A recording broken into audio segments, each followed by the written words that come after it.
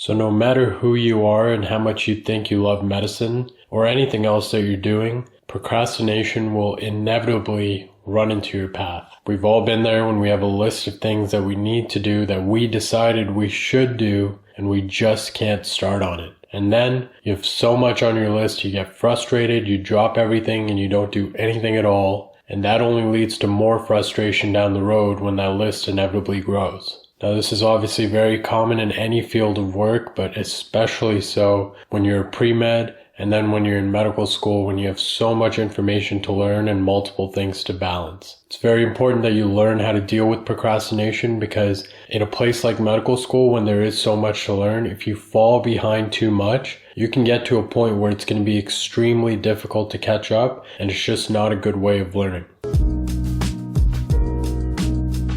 So the first thing is simply motivation. Now, I know we're in the day and age where discipline is everything and motivation is bullshit, but it does have its time and place, and dealing with procrastination is one of those situations where you just need some motivation. Now, this isn't necessarily the pump you up motivation, listening to a motivational song or a video or something like that, but the point is that you need to know why you're doing what you're doing. Anytime somebody says that they want to be a doctor, they're thinking of the TV show version or the day-to-day, seeing the patient, solving problems, that part of being a doctor. Nobody dreams of countless hours of studying and exams and interviews and all the stuff that goes in behind the scenes in order to get there. And that's why when most of your day-to-day does look like that, it is the studying, it is the monotonous tasks, it's easy to get lost in that and forget why you're doing it at all. So that's why when it comes to motivation, you need to think about what that big goal is and why you're working towards what you're working towards. And you have to understand that whatever you're doing now is ultimately leading to that. So think about that end result, the type of doctor you want to be, the money you want to make, or whatever it is that motivates you. Now, once you have some gas in the tank, it's important to break down what you're doing into the most important next step. If the thing on your to-do list is match to vascular surgery, that's obviously really overwhelming, and there's so many moving pieces that there's no way you're going to get started on any sort of work. So what you need to do is figure out what your most important next step is towards your goal and only focus on that. So for example, this morning I didn't put on my calendar, grow this channel or grow this platform. I put my most important next step, which was sit down, record one video. That's it. And when I'm doing that task, I'm not thinking about what I need to do for social media or what the next topic is going to be or what the long-term plan is for this channel. None of that. I'm just focused on that one most important next thing that's going to take me towards my goals. So for you, that task might look like do Anki cards, read one chapter, watch one lecture. Whatever the case is, you need to break it down into what the most important next thing is. And obviously you want to make sure that you break down this most important next step into the smallest possible unit of a step that you can, so it's reasonable for you, so that you can negotiate with yourself to actually get it done.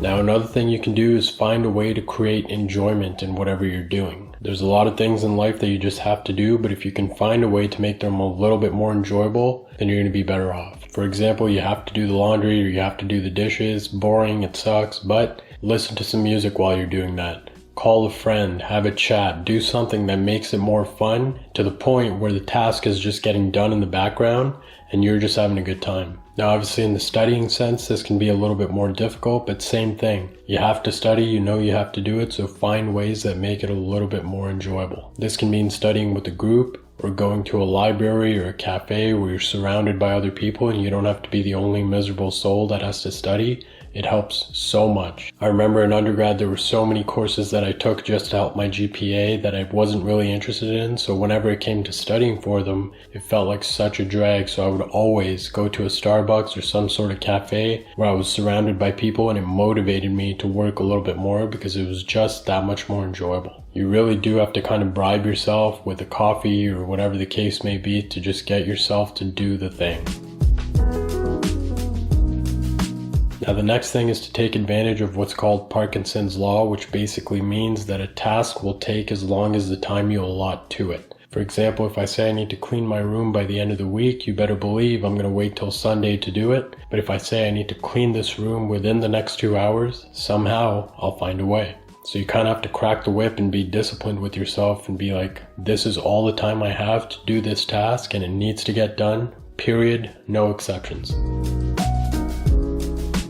And last but not least, you need to reward yourself for a job well done. At the end of the day, we're all just animals running on neurochemicals and hormones, so you need to give yourself some dopamine in a way that you earned it. I'm sure there's a million things you'd rather be doing than studying, so allow yourself that trade of, hey, if I get this stuff done, I'm going to play a half hour of video games, or I'm going to treat myself to this food, or I'm going to go shopping, whatever that is for you. Now, obviously, you want to keep that under control and you don't want to use it every single time, otherwise it's going to lose its effect. But sometimes in those rare cases where you just can't do it, bribe yourself with something simple like that. Now, if you are a medical student or you're going to be one soon, check the description. We're working on a platform for you guys that's going to hopefully help medical education moving forward. But that's pretty much it. I hope that was helpful. I hope that helps you deal with procrastination, and I'll see you guys next time.